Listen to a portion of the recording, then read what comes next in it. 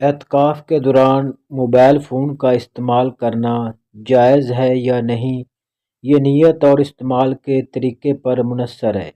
اعتکاف کی اصل روح: اعتکاف عبادت، ذکر، دعا، قرآن کی تلاوت اور اللہ سے قربت حاصل کرنے کا ایک موقع ہے۔ اس دوران غیر ضروری باتوں اور دنیاوی مصروفیات سے بچنا بہتر ہے۔ موبائل کا مثبت استعمال: اگر موبائل کا استعمال قرآن پڑھنے، حدیث سننے یا دینی علم حاصل کرنے کے لیے ہو تو یہ درست ہے۔ اگر اس کے ذریعے اہل خانہ سے ضروری رابطہ ہو تو بھی گنجائش موجود ہے۔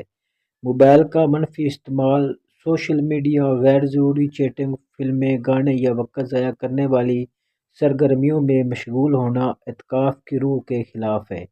اگر موبائل کا استعمال مسجد کے ماحول کو متاثر کرے یا دوسروں کے لیے پریشانی کا سبب بنے تو یہ مناسب نہیں ہوگا۔